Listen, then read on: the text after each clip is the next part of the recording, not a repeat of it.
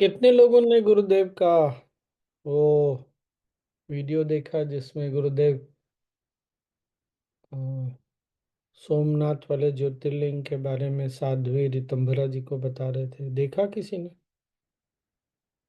एक दो तीन चार यस पाँच स्वामी जी। छः सात। आपने क्या उसमें बहुत स्पेशल नोटिस किया, कुछ ऐसा? जय Gurudev Swami ji. Did I miss something? या नॉर्मल लगा? क्या बताइए। जय गुरुदेव स्वामी जी।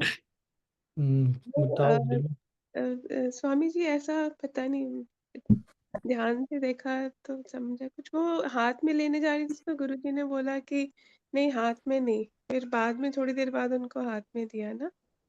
हम्म उसमें मना नहीं किया चुंबकीय था। नहीं, हाथ धोए हुए नहीं थे तो हाथ धुलाए पहले। मना नहीं किया। मना नहीं किया था। और उसमें और चुंबकीय शक्ति है स्वामी आई जी। अंडरस्टैंड। नहीं, उसकी उनका क्या अट्रैक्शन। शक्ति है वो नहीं बताइए। उसकी शक्ति नहीं, शक्ति आपको हमको पहले से पता है। उसमें ऐसा स्वामी और क्या है? हाँ। हवा में था स्वामी जी वो, और वो मैंने जो नोट किया ना स्वामी जी, कि गुरु जी मतलब जो मुझे बात नजर आए, वो बाकी तो सब ठीक है कि वो जो मैग्नेटिक स्टोन्स हैं बट जैसे गुरुदेव ने एंड में उसको प्रणाम किया, और मतलब मुझे ऐसा लग रहा था कि गुरुदेव हमारे लिए तो शिव हैं और वो खुद ये भी जानते हैं, लेकिन फिर भी he absolutely was like, first of all he was like a child who was very cute and very happy to show it, share it. He wants to do शोभा यात्रा and all. पर मतलब वो ऐसा लग ही नहीं रहा था कि वो गुरु हैं या कुछ, हाँ मतलब हाँ, समझ गया आई डोंट नो समझ गया। How to explain that. इतना लंबा समझ गया। ठीक है। या वो एक पॉइंट है, गुरुदेव हर चीज के प्रति ना उनका जो इंथुजियाज्म है, उनका जो रिस्पेक्ट है ना, वो बराबर सब जगह रहता। और क्या नोटिस किया आप स्वामी लोगों ने? जी, एक नोटिस ये किया कि सब संत के साथ मिलके हम्म वहां जाएंगे और शोभा यात्रा का भी बात हुआ। वो सब बोले संत। रामेश्वर से लेकर ये यात्रा बात निकालेंगे ये ज्योतिर्लिंग बात से। आपने पकड़ी। सब संतों को इसमें इन्वॉल्व करेंगे। देखिए गुरुदेव ये क्या सीखने के लिए है, आया तो गुरुदेव के पास। उनको इस बात का कोई ऑब्लिगेशन नहीं है कि सारे संतों को इसमें इन्वॉल्व करें।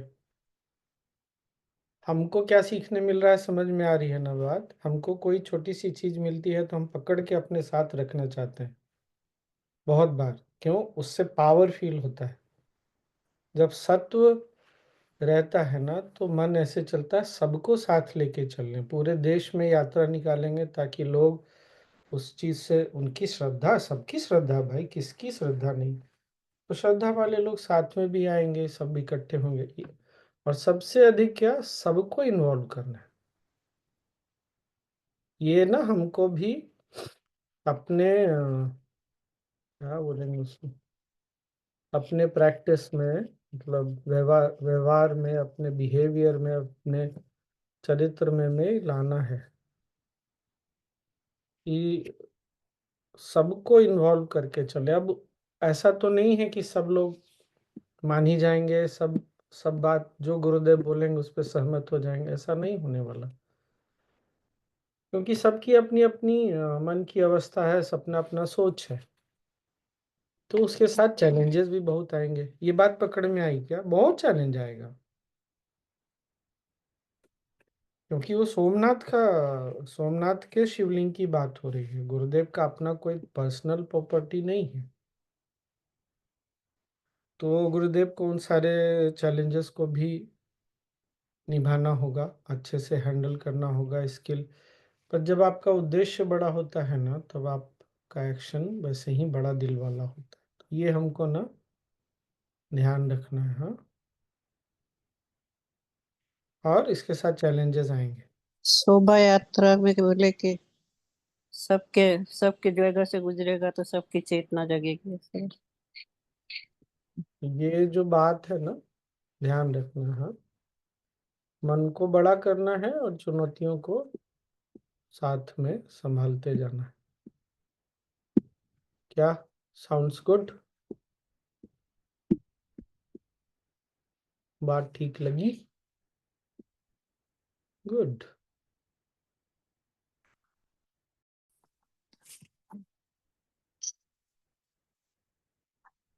हमारा मन, बुद्धि, चित्त बिल्कुल शांत और पीसफुल और रेस्ट में होता है जब हम डिजायर्स के पीछे नहीं भागते। जैसे कि हम मर ही गए, जब हम बिल्कुल इच्छाओं से मुक्त होते हैं, तब इच्छाएं हमें एंजाइटी, एंशियसनेस और जो डिप्रेशन है, ऐसी चीज़ों को कॉज नहीं करती हैं।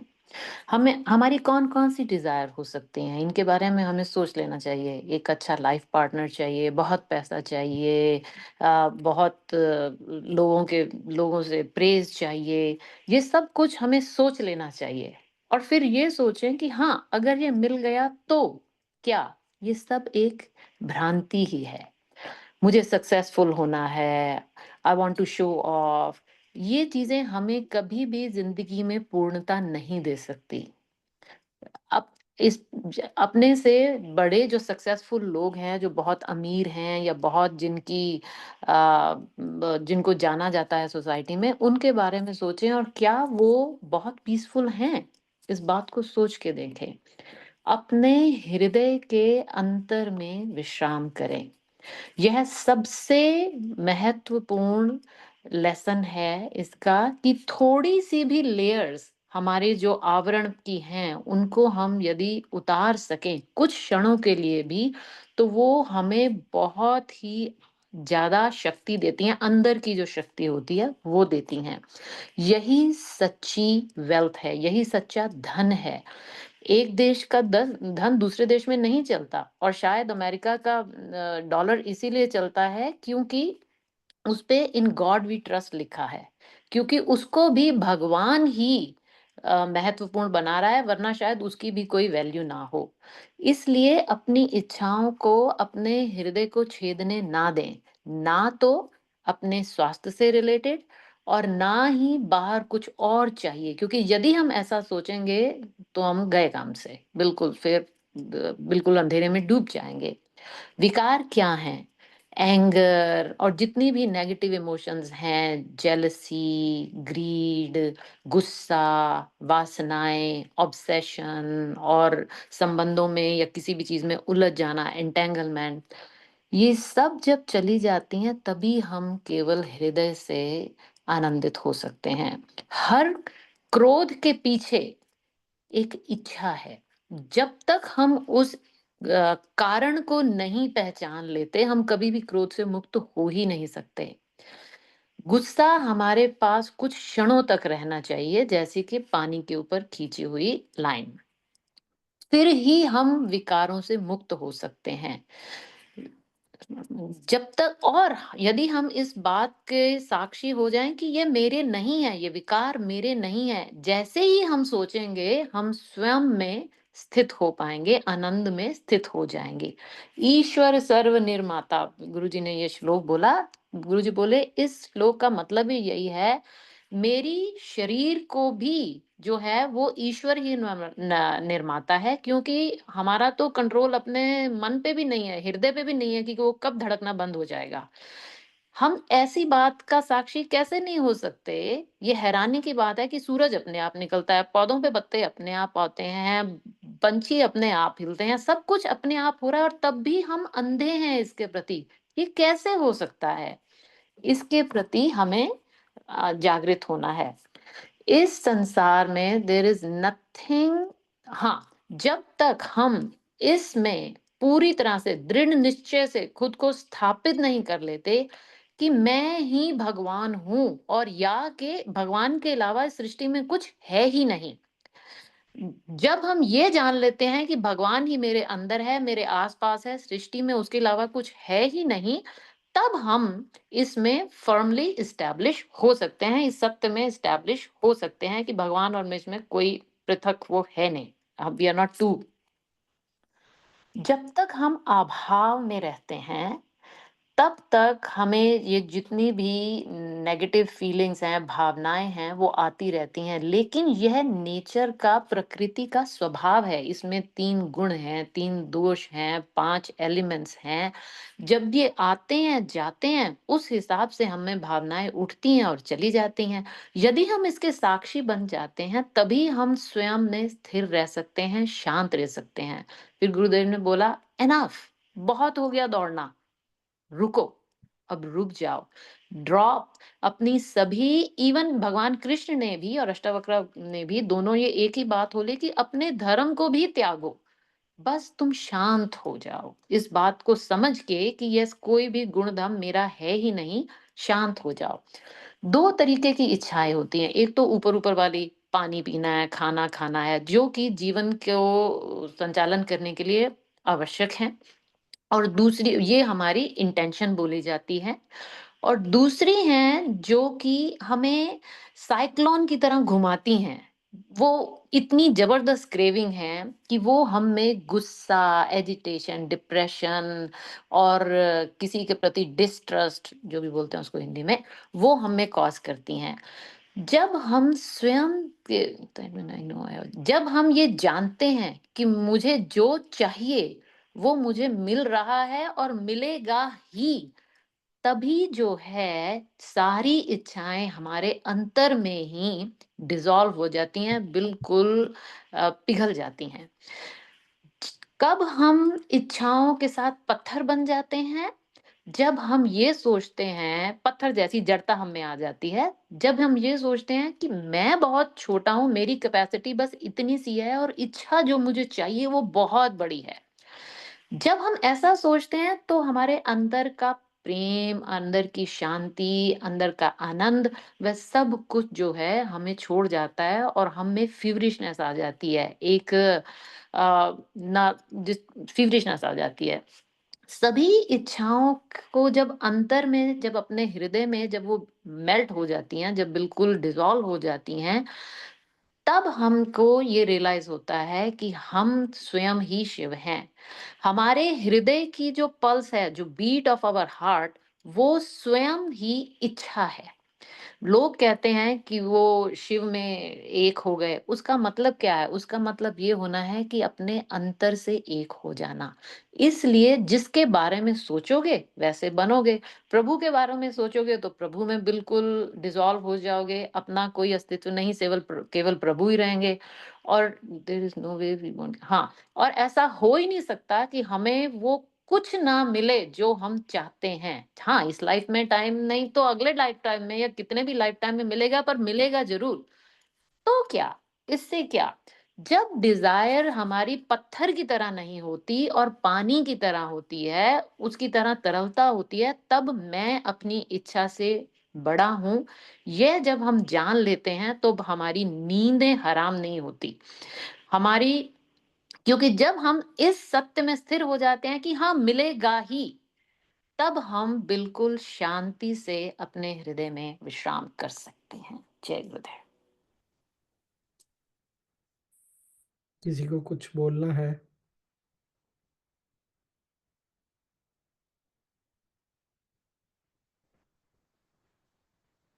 हम्म। गुरुदेव ने एक बात बोली, स्वास्थ्य को लेके, ये सब इच्छाओं को लेकर ना, उसको अपने अंदर नहीं लेके जाओ। जब वो अंदर एकदम गहरे में चला जाता है ना, तब परेशानी होती है। और इच्छाएं उठती हैं, आती हैं, जाती हैं, मन अच्छा होता है, खराब होता है, या सामान्य रहता है। ये सब कैसे आता है? या तो भाव से या अभाव से। ये गुणों के कारण, दोष के कारण जो भी होता है, होता है। हम अंदर में इन सब चीजों से मुक्त है, पर जब हमारी इच्छाएं या कोई भी बहुत भावनाओं का जोर अंदर लेके चले जाते हैं, तब वो समस्या बन जाती है। फिर वो इस जन्म, फिर अगले जन्म, फिर अगले जन्म, ऐसे वो चलता चला जाता है। और साधना का क्या बोले, मुझे कुछ नहीं चाहिए, एकदम अंदर में थोड़ी देर के लिए भी बैठ कर ना इस बात का अभ्यास करो, मुझे कुछ नहीं चाहिए। ये फिर असली धन बनता है। तो ध्यान में क्या होता है, जब भी हम ध्यान करते हैं, सुदर्शन क्रिया करते हैं, सब चीज छोड़ करके शांत हो जाते हैं, पूर्णता का एहसास। ये लंबे समय तक हमारे साथ रहता है, टिकता है। ये तो कभी खाली समय मिले ना, 2-3 मिनट 5 मिनट, एकदम बैठ निश्चिंत हो, कुछ नहीं करना है, कुछ नहीं, मन को शांत भी नहीं करना है। ये बात पकड़ में आ रही है क्या? नहीं, कुछ नहीं, नहीं चाहिए, मन को शांत नहीं करना है, जो है सो है, मुझे बस कुछ नहीं चाहिए, ना कुछ करना है ना कुछ चाहिए। फिर वो ना अपने अंदर एकदम गहरे बसता चला जाता है, और वो जीवन को एक नई दिशा और गति देता है। दुनिया को अच्छा बनाना है, जिंदगी को अच्छा करना है, परिवार को ये करना है, समाज को, देश को, कुछ नहीं। कोई एक शक्ति है जो सब कुछ चला रही है, उसको देखो। कल भी हमने बात किया ना, आसपास भी देख सकते हैं, अंदर भी देख सकते हैं। देखो और शांत हो जाओ, उस पर विश्वास करो।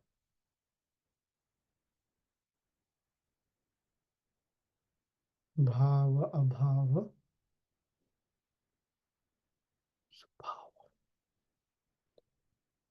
तो बस यही गुणों के खेल को, प्रकृति के खेल को, 5 तत्वों के खेल को देखो, छोड़ दो।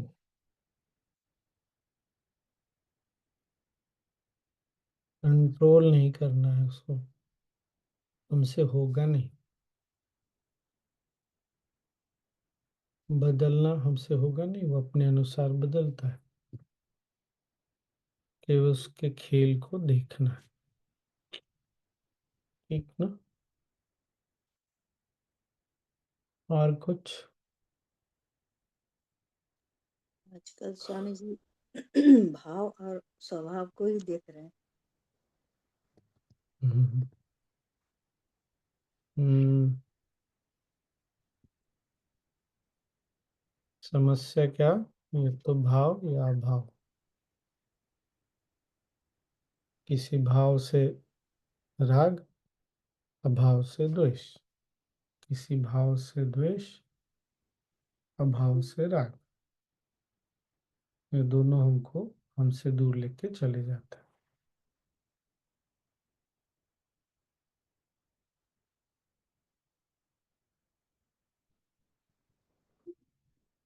और कुछ समझ में आता है? और एक लाइन स्वामी जी, ये हो रहा था कि हमारी इच्छा छोटी है, नहीं, कैपेसिटी, हमारी क्षमता, जब हम ये सोचते हैं, ऐसा ऐसा कहा गया क्या, कि जब हम ये सोचते हैं कि कैपेसिटी मेरी इतनी है नहीं पर इच्छा बहुत बड़ी है, तो फिर ऐसा कुछ लाइन था ना। परेशानी हो जाती है, अपने आप को छोटा समझते हैं, इच्छाओं को बड़ा समझते हाँ, हैं। इसीलिए ना गुरुदेव ने बहुत बार बोला है, जिंदगी को आदर सम्मान दो, अपनी जो अपने अंदर जो चैतन्य शक्ति है, प्राण शक्ति है, जीवनी शक्ति, उसको सम्मान दो। मतलब अपनी इच्छाओं, चीजों, वस्तुओं, घटनाओं को, के कारण इन सबको ऊपर नीचे मत करो। कोई भी चीज महत्वपूर्ण है, क्योंकि तुम्हारे अंदर एक शक्ति है। वही, मर जाएंगे तो 10 तोला सोना और 10 किलो सोना, क्या फर्क पड़ जाएगा? 10 किलो सोना भी पत्थर के बराबर है, 10 तोला सोना भी पत्थर के बराबर है। आलीशान महल भी चला गया पानी में, और झोपड़ी भी चला गया पानी में। जो कुछ का भी महत्व है, हमारे कारण है।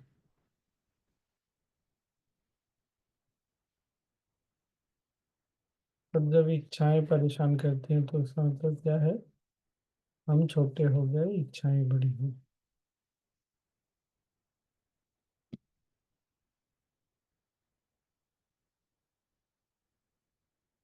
और अंत में क्या हमको रोकता है, जिसके कारण अष्टावक्र मुनि और भगवान श्री कृष्ण ने बोला, जो हमारा जो भी हमारी जिम्मेदारियां हमने ले रखी है, जो भी हमने क्या बोलते हैं उसको, बीड़ा उठा रखा है परिवार के लिए, देश के लिए, समाज के लिए, बिजनेस, जो भी, उसको भी छोड़ दो।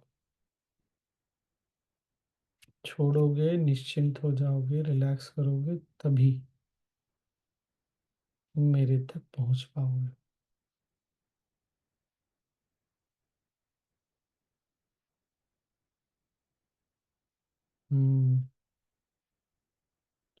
गुड हैगा।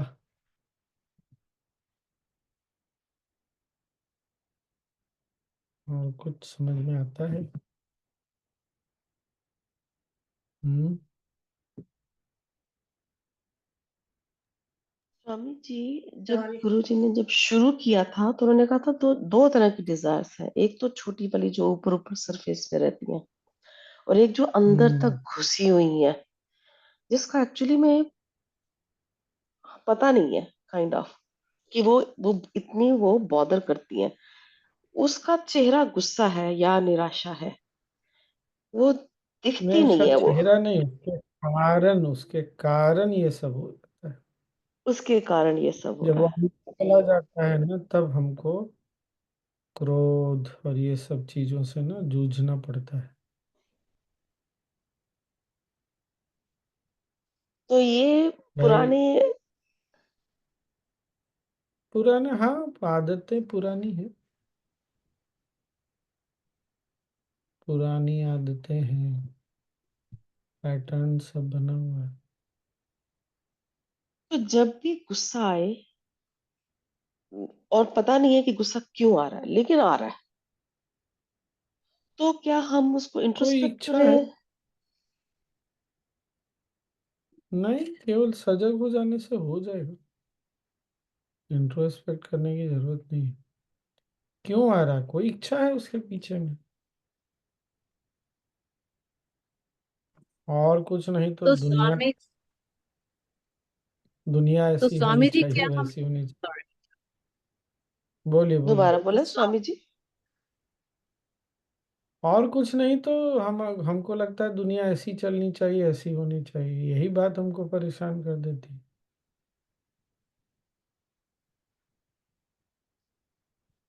बोलिए प्रवीण जी।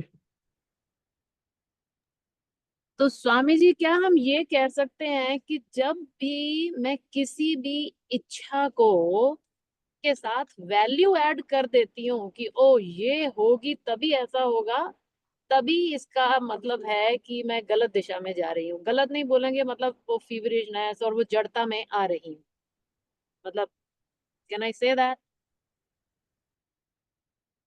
जो भी, जैसे भी बोलिए।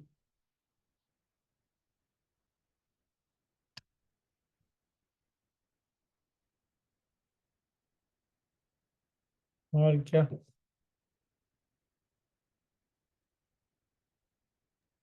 ये दो हम्म तरह की इच्छा का क्या एग्जाम्पल है स्वामी जी? क्या है? छोटी मोटी इच्छाएं, जैसे ये खाना है, वो करना है यार, जब उसमें मन अटक जाता है ना, तो अंदर बैठ जाता है। और दूसरी? वही, दूसरा वही हो जाता है। फिर वो मन उसमें अटक जाता है, छोटी मोटी कोई चीज होती है ना, तब मन अटक जाता है उसमें। बड़ी मतलब वो अटकता है तो फिर वो बड़ा हो जाता है। अरे कुछ नहीं, बस आश्रम जाना है शिवरात्रि में, बहुत सिंपल है, लेकिन फिर नहीं जब होने लगता है तो परेशान हो जाता है। आज आइसक्रीम खाने का मन कर रहा है, बच्चों के साथ, शायद बड़ों, हमारे साथ भी कभी कभी होता होगा। नहीं होता है तो फिर वो गुस्सा आ गया, छूट गया, नहीं हुआ तो छूट गया तो छूट गया। लेकिन कभी कभी ऐसा था उसमें मन अटक जाता है ना, तब वो बड़ा हो गया। यही बोल। ऐसे में क्या करना चाहिए, वो तरीका क्या, यही 3 गुण और 3 दोष नहीं, और देखो देखो ना, इच्छाएं आती हैं जाती हैं, अपने आप आई थी ना, कोई हमने तो बुलाया नहीं था। कोई भी इच्छा भी आती है तो अपने आप आती है, हम्म, तो कहाँ से आती है? आती है कहीं से। रजोगुण है, रजोगुण इच्छाएं पैदा करता है, उसका तो काम ही वही है।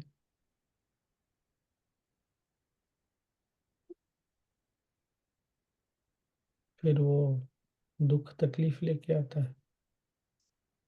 इच्छाएं नहीं होनी चाहिए ऐसा नहीं है, वो तो आती है, नहीं होना चाहिए ये, फिर तो फिर ये अलग ही दिशा में फिर तो एकदम एक अलग एक और इच्छा हो गई कि नहीं होना चाहिए, फिर एक और संघर्ष।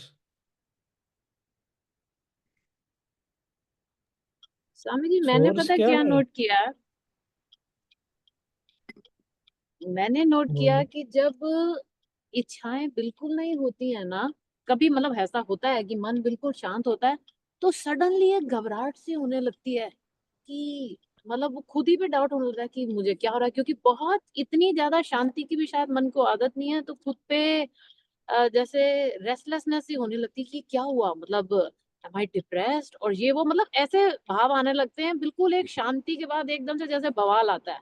तो उसका मतलब व्हाट इज दैट स्टेट, या वो ऐसा मतलब होने का क्या कारण है, या मन उसको मन कैसे की मतलब आदत, समझे। मन की आदत है अच्छी चीजों पे डाउट करना, पुरानी आदत है।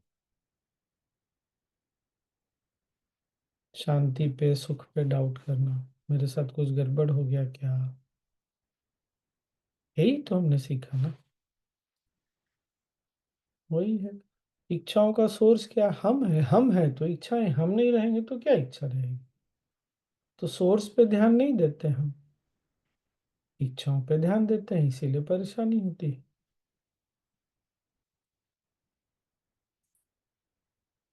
अगर स्वामी जी सोर्स पर ध्यान देंगे तो फिर इच्छा भी नहीं उठेगी ना। फिर वही चीज नहीं उठेगी, ये संभव नहीं है, गुण बदलता रहेगा। जो 5 तत्व हैं उनका खेल चलता रहेगा, चलेगा तो कुछ ना कुछ तो हलचल होगी ना। सागर में लहर नहीं उठेगी ये हम कभी सोच ही नहीं सकते। ये वाला उदाहरण तो गुरुदेव ने 1000 बार दिया है। ये वैसे ही सोचना है कि कोई एक ऐसा दिन होगा जब एक भी इंसान जन्म नहीं लेगा, एक भी इंसान मरेगा नहीं, हो ही नहीं सकता। ये अपने आप होता है, ये होगा।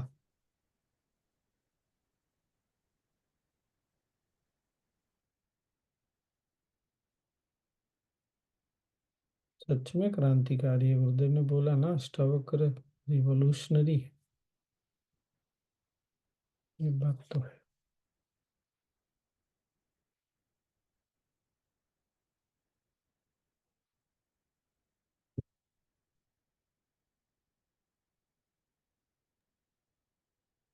कोई भी इच्छा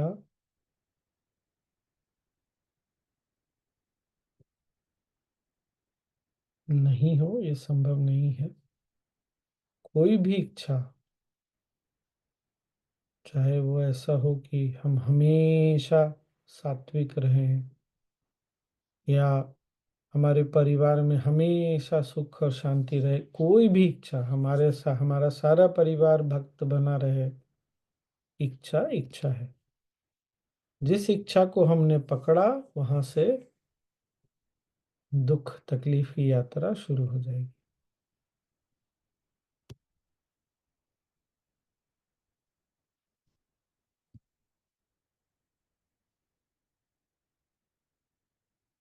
ये तो सब जब सुन। देखते चले जाते हैं तो क्या होता है, इच्छा अगर उठती है उसको भी देख लेते हैं तो प्रकृति जो हमारी चैतन्य शक्ति है, अगर वो होने लायक है, आवश्यक है, तो वो कर लेगी, और नहीं तो वो ड्रॉप कर देगी। इसीलिए सोर्स के टच में हमेशा रहना है। ये बात पकड़ा क्या सबने? वो अपने आप फिर सब चीजें ना होने लग जाएगी उसी अनुसार। ऐसा होता है ना, मन में ऐसे ही सुबह कुछ इच्छा उठी अचानक से, पर हमने कोई बहुत ध्यान नहीं दिया, देख रहे हैं सब चीज अपने आप होता जा रहा, होता जा रहा, वो चीज हो गया शाम तक। देखा है ना, ये तो हमारा उदाहरण भी है जीवन में। यही इच्छा उठी, जहां से आई है वो उसको पूरा हमको भी कार्य में लगा लेगा वो, हम उसमें उलझे नहीं है।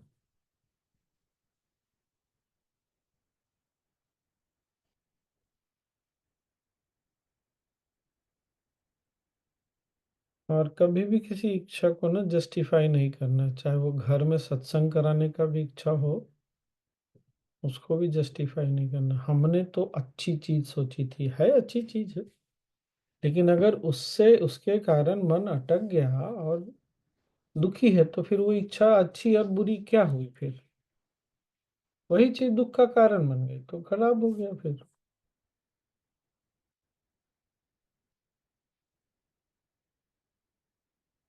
जस्टिफाई करने जाते हैं तो साइकिल शुरू और बढ़ता चला जाता है, वो चक्र रुकने का नाम ही नहीं लेता है।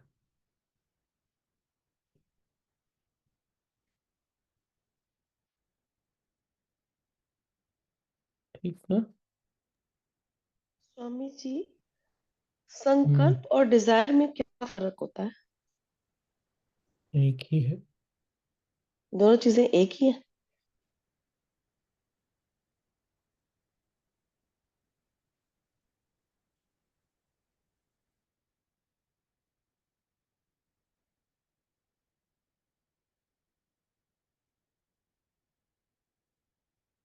हम्म।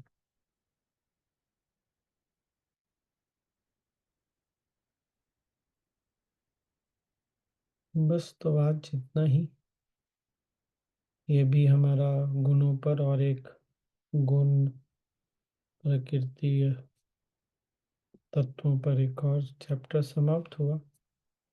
कल हमारी छुट्टी रहेगी, परसों मिलेंगे, देखेंगे उस दिन क्या बात करेंगे। आप लोग भी कोई अगर विचार आता है क्या और देखें बात करें तो बताइए, ठीक है ना?